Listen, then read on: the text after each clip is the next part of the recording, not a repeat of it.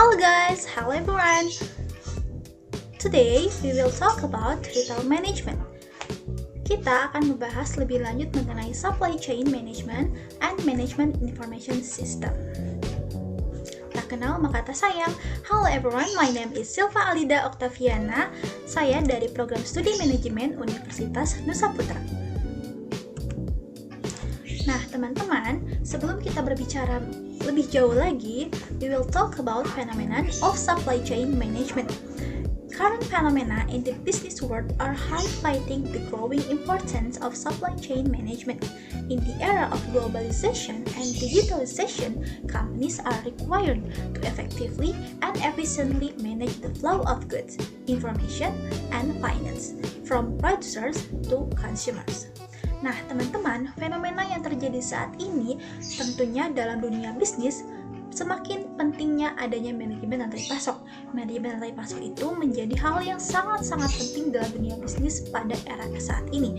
Tentunya dalam era globalisasi, digitalisasi, perusahaan semakin dituntut untuk bisa mengelola semua aliran barang mulai dari informasi, keuangan secara efektif dan efisien, mulai dari produsen sampai nanti jatuh ke tangan konsumen. Nah, selanjutnya, supply chain management is not just about delivering goods, but also how companies can fulfill customer demands at the right time, in the right quantity, and at the lowest possible cost. Nah, teman-teman, manajemen rantai pasok ini nggak hanya tentang ngirim barang aja, tapi gimana caranya si perusahaan itu bisa memenuhi permintaan pelanggan tepat waktu, dalam jumlah yang sesuai, dan biayanya seminimal mungkin. Nah, dalam fenomena ini, for example, we can see large companies like Zara and Amazon managing real-time distribution systems to ensure product availability at every location. This phenomenon demonstrates that the ability to manage a supply chain efficiently is a crucial factor in increasing a company's competitiveness in the global market.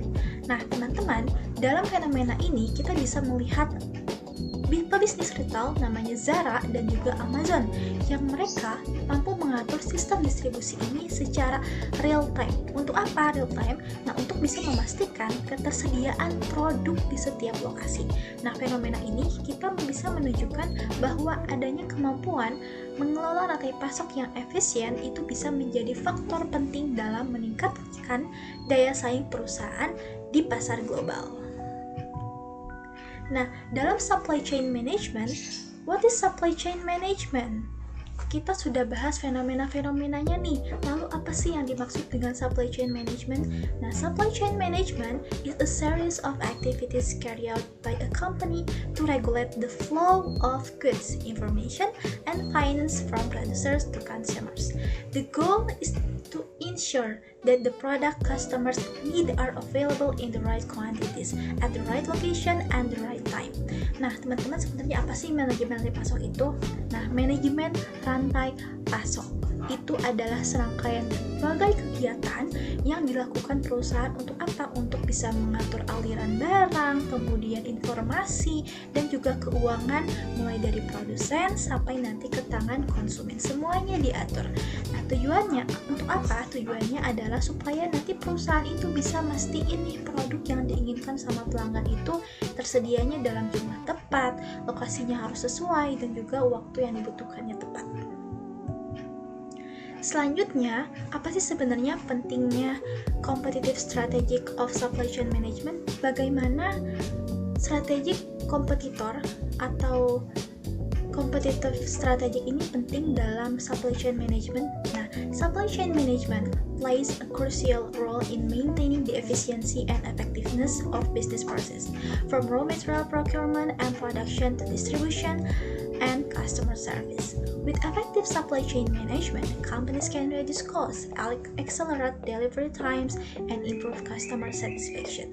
Nah, teman-teman, sebenarnya rantai pasok ini cukup berperan penting, sangat-sangat berperan penting untuk bisa menjaga efisiensi dan efektivitas proses bisnis, mulai dari pengadaan bahan bakunya, proses produksi, distribusi, hingga layanan pelanggan. Nah, kalau perusahaan itu bisa mengelola rantai pasoknya dengan baik, perusahaan itu bisa menekan biaya, mempercepat waktu pengiriman, dan juga meningkatkan kepuasan pelanggan. Nah, teman-teman, ini bisa lihat, you can see flow of supply chain management. This is flow of supply chain management. Mulai dari raw material, kemudian ada supplier, kemudian factory, kemudian lanjut ke distribution, kemudian retail, dan nanti jatuh ke tangan konsumen atau customer. Nah, kita akan bahas bagaimana flow of supply chain management atau bagaimana aliran dari rantai pasok manajemen ini. Yang pertama adalah mengenai raw materials. Raw materials is the process begins with the procurement of raw materials needed for production. Jadi, mulai dari bahan baku ini, proses dimulai dari pengadaan bahan baku yang nantinya akan dibutuhkan untuk ke tahap proses produksi. Kemudian, yang kedua adalah tahapan suppliers. Suppliers provide and distribute raw materials to the factory.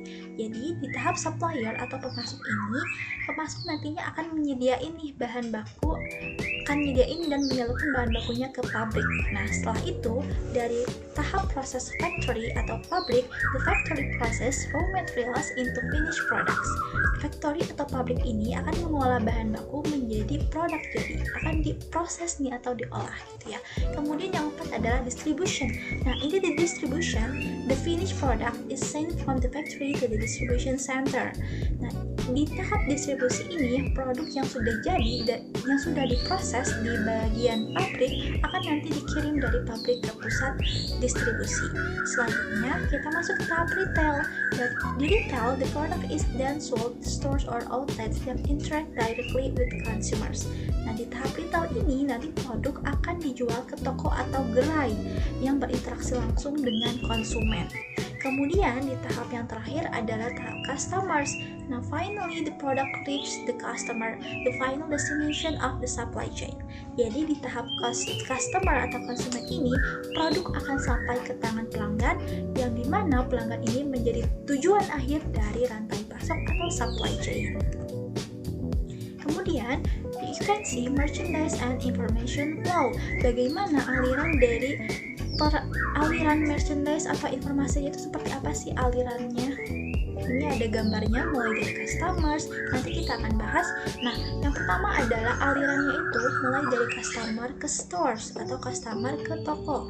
The customer makes a purchase in store. This generates sales transaction data that is sent to the store. Jadi, pelanggan di sini akan melakukan pembelian di toko. Nah, di sini akan muncul nih data penjualan atau sales transaction-nya itu seperti apa, nanti akan dikirim ke toko gitu. Kemudian di aliran yang kedua ada the second flow is stores to buyer. The store then sends sales information to buyers. This data includes which product sold, the quantity sold, and remaining stock. Nah, dari toko ini kemudian nanti akan dikirimkan informasi penjualan ke buyer.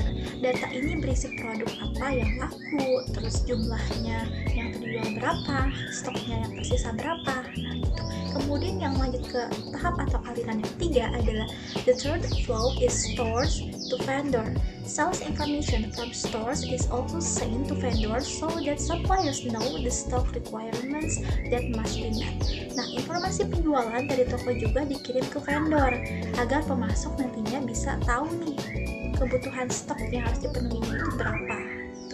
Kemudian kita lanjut ke aliran berikutnya, yaitu buyer to vendor. Based on sales data, buyers make purchasing plans and order new items from vendors. Jadi nanti sudah ada data penjualan. Nah, dari data penjualan ini, buyer ini akan bikin rencana pembelian sama memesan barang baru ke si vendor. Kemudian flow atau aliran selanjutnya adalah vendor to distribution center.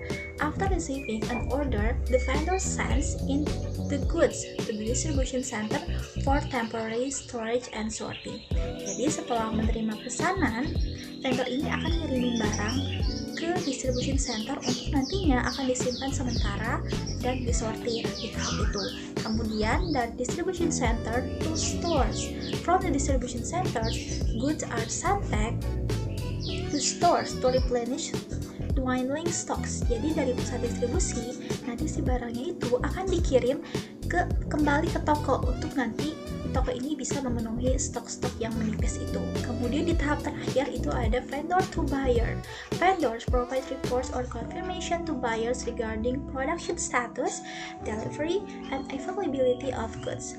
Jadi di tahap ini vendor akan memberikan laporan atau konfirmasi kepada buyer atau pembeli terkait status produksi, pengiriman, atau ketersediaan barang. Kemudian next, we will talk about data warehouse in retail management. What is data warehouse? A data warehouse is a retail management function to store all transaction data from various branches or points of sale. Through this data warehouse, retail managers can analyze customer purchasing patterns, product performance, and sales trends based on time and location. This information aids strategic decision making, such as inventory management, promotion, and sales planning. Nah, sebenarnya apa sih data warehouse atau data gudang dalam manajemen retail ini? Nah, data warehouse itu dalam manajemen retail itu fungsinya untuk apa? Nah, fungsinya adalah untuk bisa nyimpen seluruh data transaksi dari berbagai cabang atau titik penjualan. Nah, mulai data warehouse ini, manajer retail dapat menganalisis bagaimana pola pembelian pelanggannya, kinerja produknya, serta tren penjualan berdasarkan waktu sama lokasinya. Informasi tersebut nanti akan membantu si pengambilan keputusannya secara strategis untuk bisa memutuskan seperti apa pengelolaan stoknya, nanti promosinya seperti apa, dan juga perencanaan penjualan.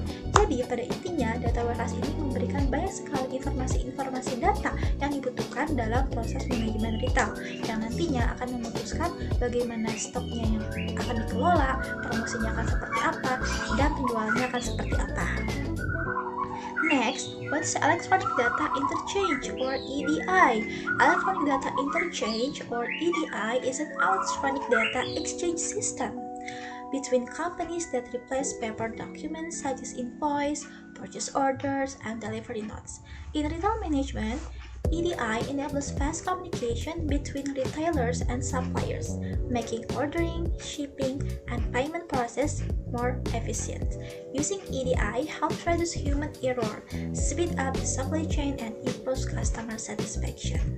Nah, sebenarnya apa sih electronic data interchange atau EDI ini? Nah, kalau kita bahasa Indonesia kan, itu artinya adalah sistem pertukaran data elektronik. Nah, di mana antar perusahaan ini akan menggantikan dokumen kertas seperti faktur, pesanan, pembelian, dan nota pengiriman. Jadi, jika kita berbicara mengenai tradisionalnya gitu ya, secara tradisional perusahaan masih ada yang menggunakan dokumen-dokumen kertas untuk informasi faktur, pesanan pembelian, dan nota pengiriman. Tapi dengan adanya electronic data interchange ini akan memudahkan semuanya. Dalam manajemen retail, EDI ini memungkinkan adanya komunikasi yang cepat. Nah, antara pengecer sama pemasok. Kemudian proses pemesanan, pengiriman, dan pembayarannya ini akan menjadi lebih efisien daripada tradisional. Kemudian di penggunaan EDI ini, perusahaan ini akan bisa membantu mengurangi kesalahan manusia, mempercepat rantai pasoknya, kemudian akan meningkatkan kepuasan pelanggan. Okay, next, you can see manual order processing without EDI and automatic order processing with EDI. Teman-teman bisa lihat nih, kalau order processingnya tanpa menggunakan EDI ini cukup rumit dan cukup memakan waktu karena prosesnya yang semakin panjang dan semakin sulit juga untuk membuat keputusan strategis secara cepat. Dan jika teman-teman atau perusahaan ini menggunakan automatic order processing with EDI, ini tentunya akan memakan waktu yang sangat sedikit waktunya, istilahnya akan cepat waktunya dan tidak memakan biaya, memakan waktunya, dan akan membuat keputusan itu semakin cepat dalam pengambilan keputusan yang strategis. Kemudian, electronic data interchange ini, the image show the difference between a manual ordering process without EDI and an automated process with EDI or electronic data interchange. In a manual process, buyers and suppliers must manually send documents such as purchase orders and invoices to each other, which is time-consuming and can lead to input errors. With EDI, data exchange between the buyer and supplier's ERP system is automated and real-time, resulting in faster, more efficient, and more accurate transaction. critical in retail management for maintaining a smooth supply chain and stock availability. Nah, jika teman-teman tadi melihat gambarnya nih ya, gambarnya itu ada perbedaan di mana yang atas menggunakan without EDI, ini data proses pemesanannya secara manual, yang dimana prosesnya itu tanpa EDI. Di dalam proses manual ini, pembeli dan pemasok itu harus saling kirim dokumen seperti pesanan pembelian dan faktur secara manual, yang nantinya proses tersebut akan memakan waktu banyak dan akan juga menimbulkan risiko seperti kesalahan input. Nah, tetapi jika teman-teman melihat gambar yang di bawah dengan menggunakan EDI, pertukaran data antara sistem ERP pembeli dan juga pemasok akan diotomatisasi dan dilakukan secara real time tentunya. Hal ini akan membuat transaksinya itu akan lebih cepat, lebih efisien, dan lebih akurat. Penting dalam manajemen retail untuk bisa menjaga kelancaran rantai pasok dan ketersediaan stok. Jadi, teman-teman, kalau misalnya mau memilih bagaimana real time, bagaimana proses waktunya akan semakin cepat, teman-teman pasti berpikir memilih yang namanya EDI dalam proses pemesanan atau orderingnya. Kemudian berbicara mengenai logistik strategi. Logistik strategi have two, like push supply chain and pull supply chain. Push supply chain is a push supply chain production and distribution of goods are based on demand forecast or previous sales data. This strategy is suitable for products with stable demand and allows for large-scale efficiency. Jadi, kalau kita melihat strategi-strategi logistik dengan push supply chain atau kita bisa menyebutnya dengan dorongan supply chain, di tahap ini produksi dan distribusi barang ini didasarkan pada perakiraan permintaan atau data penjualan sebelumnya. Strategi ini akan cocok untuk produk dengan permintaan yang stabil dan memungkinkan efisiensi dalam skala besar. Kalau pull supply chain, in the pull supply chain, production and distribution occur after actual customer demand has been generated. This strategy helps reduce excess inventory and increases responsiveness to changing market needs. Di produksi dan distribusi, full supply chain ini akan terjadi setelah permintaan pelanggan aktualnya terpenuhi. Strategi ini membantu mengurangi kelebihan inventaris dan meningkatkan respons terhadap perubahan kebutuhan pasar. Nah, teman-teman bisa melihat di logistik strategi ini ada push and pull. In the push system, produce in anticipation of demand. Jadi di tahap push system ini akan diproses produksinya karena mengantisipasi adanya lonjakan permintaan. Jadi yang namanya di push berarti terus-terusan berproduksi.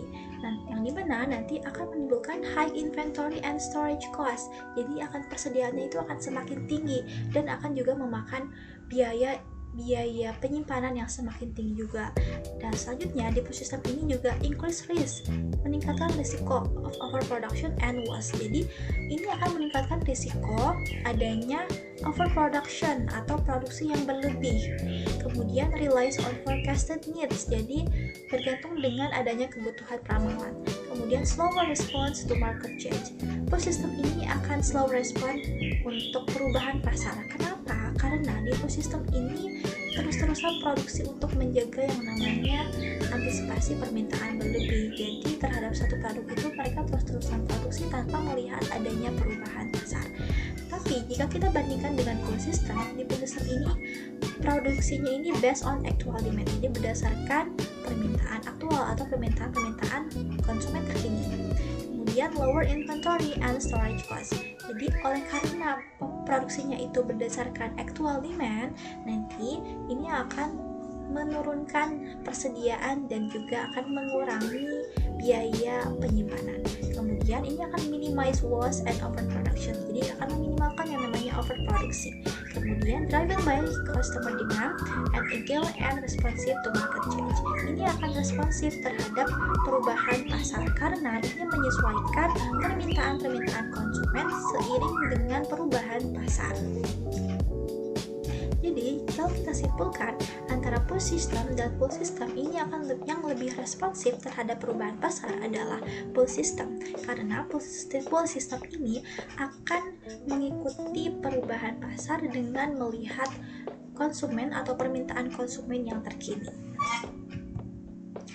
Nah, ini ada contohnya mengenai push supply chain. In the push supply chain, we have example in Coca-Cola. An example is a soft drink company like Coca-Cola, which produce and distribute products to various stores based on forecasted market demand and previous sales data. Products are shipped before specific orders are received from each store. Jadi, di tahap di contoh push supply chain ini adalah Coca-Cola, yang dimana Coca-Cola ini memproduksi atau mendistribusikan produk ke berbagai toko berdasarkan perkiraan permintaan pasar dan data penjualan sebelumnya. Produk dikirim sebelum pesanan tertentu diterima dari setiap toko. Jadi, proses produksi atau proses pengiriman produk Coca-Cola ke pasar ini dengan melihat data penjualan yang sebelumnya. Jika data penjualannya meningkat, maka yang akan dikirim untuk waktu selanjutnya adalah semakin meningkat juga. Jadi misalnya kalau Coca-Cola ini ketika melihat data penjualan sebelumnya misalnya sebesar 1000, maka Coca-Cola akan memproses produksi lebih daripada 1000 untuk memenuhi pesanan selanjutnya. Kemudian, untuk example of full supply chain is Zara. An example is a retailer like Zara, which produce clothing based on trends and actual customer demand in stores. Daily sales data from each store is used to determine the model and quantity of products to be produced next. Nah, berbeda dengan Coca-Cola, retail seperti Zara ini memproduksi pakaian berdasarkan tren dan permintaan pelanggan aktual di toko. Data penjualan harian dari setiap toko ini nantinya akan digunakan untuk menentukan model dan jumlah produk yang akan diproduksi selanjutnya. Jadi berbeda dengan Coca-Cola yang melihat dari data penjualan sebelumnya, tetapi Zara melihat dari data tren terkini dengan melihat apa sih pakaian-pakaian atau model seperti apa yang terkini yang diinginkan oleh konsumen. Lalu Zara ini pasti tentunya akan lebih melihat bagaimana perubahan pasar terkini yang akan senantiasa berbeda dari tahun ke tahun. And then we talk about distribution center activities, or DC. Activities at the DC or distribution center include receiving and inspecting goods from suppliers, storing or cross-docking, labeling and packaging goods, and shipping to retail stores. In addition, DCs manage inbound and outbound transportation to ensure smooth and efficient flow of goods. Nah, apa sih sebenarnya aktivitas yang ada di distribution center atau distribusi pusat ini? Nah, kegiatan di pusat distribusi ini mencakup penerimaan dan pemeriksaan barang dari pemasok, penyimpanan atau cross-docking, pelabelan, dan pengemasan barang sehingga nantinya akan dikirim ke toko-toko retail. Selain itu, DC juga mengelola transportasi masuk, inbound, dan juga keluar outbound agar nantinya aliran barang ini akan berjalan secara lancar dan juga efisien. And then who can use DC or distribution center? Who can use? Retailers selling durable goods, retailer offering goods with uncertain demand such as clothing, retailers selling replenishable goods, retailers with multiple outlets.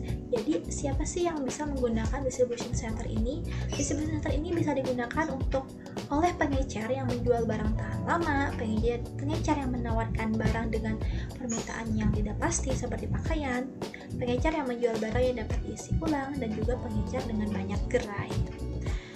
Oke, kita memiliki contoh di sini ada IKEA.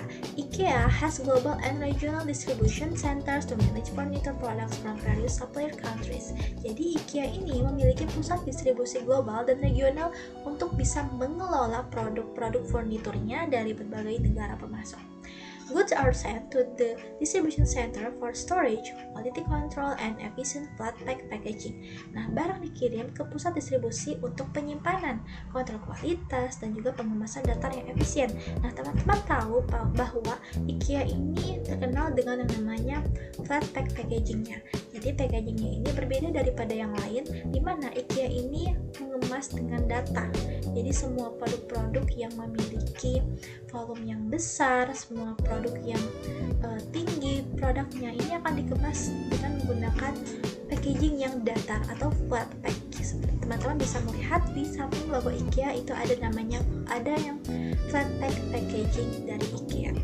The distribution center distribute products to IKEA stores and support online orders or e-commerce. Nah, pusat distribusi ini mendistribusikan produk ke toko IKEA dan nanti akan mendukung pemesanan daring atau e-commerce. Automated system and advanced logistic technology help reduce storage costs and speed delivery. Sistem otomatis dan teknologi logistik ini canggih akan membantu mengurangi biaya penyimpanan dan mempercepat pengiriman. With this strategy, IKEA can maintain stock availability, reduce logistic costs, and provide fast service to customers in various countries.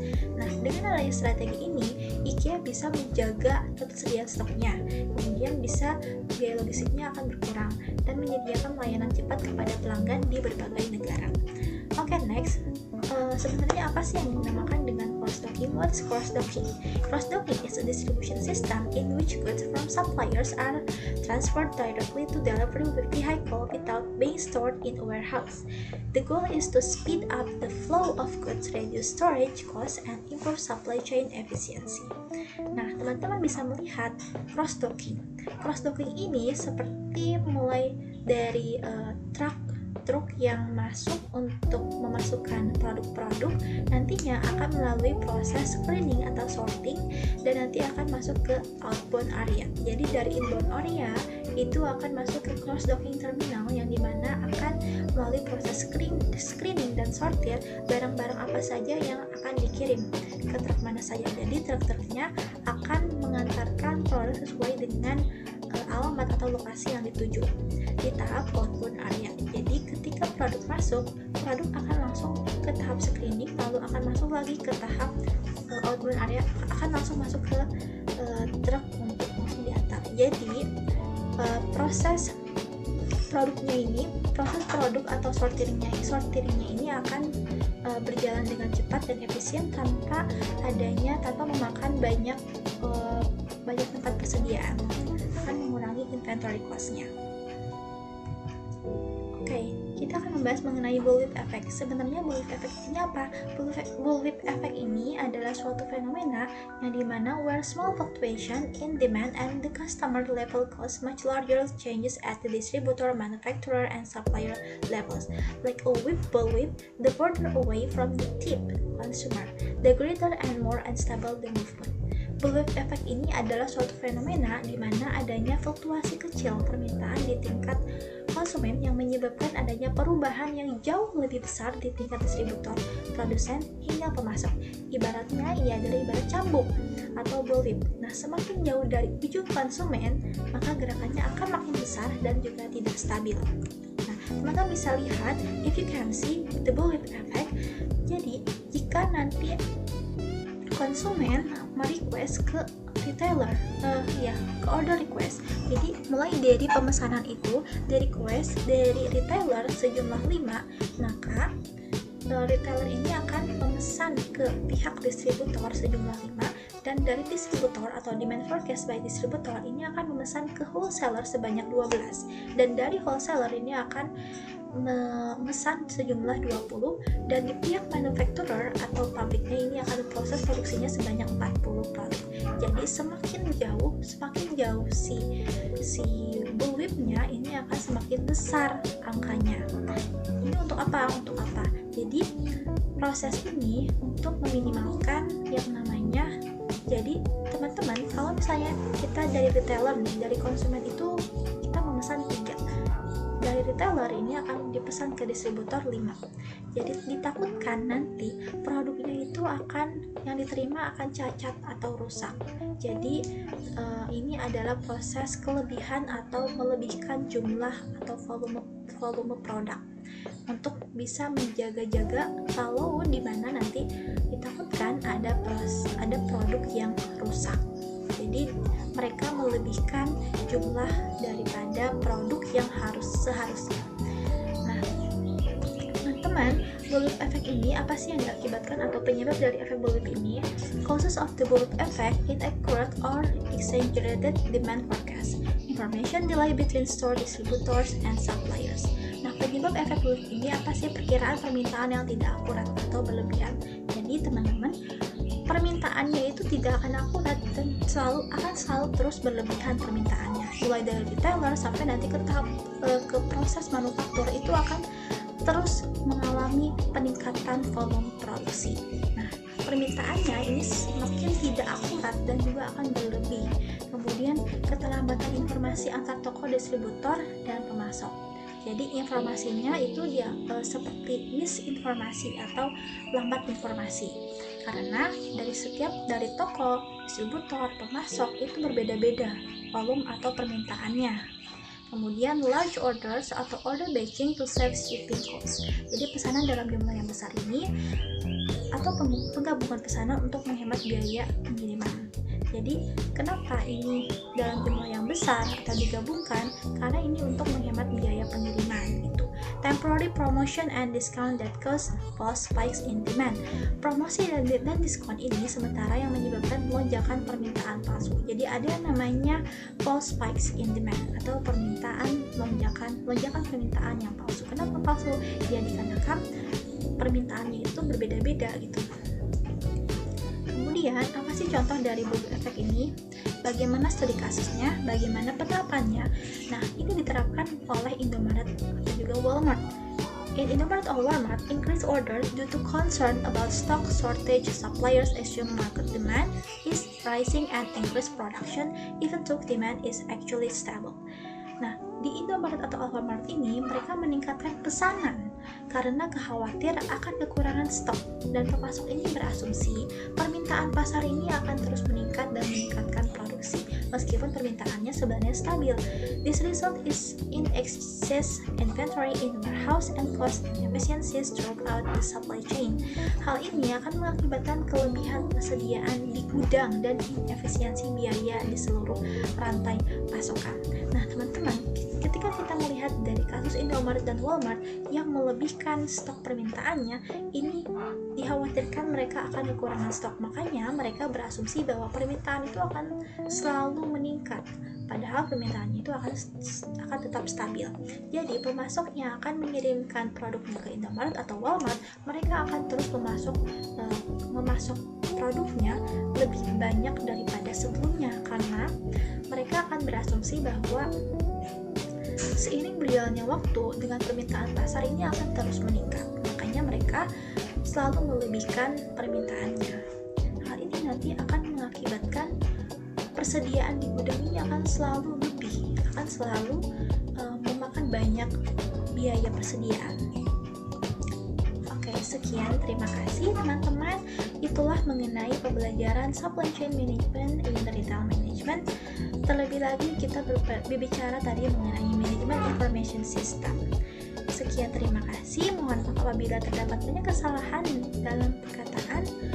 Sekian, wassalamualaikum warahmatullahi wabarakatuh. Thank you everyone and see you. Goodbye.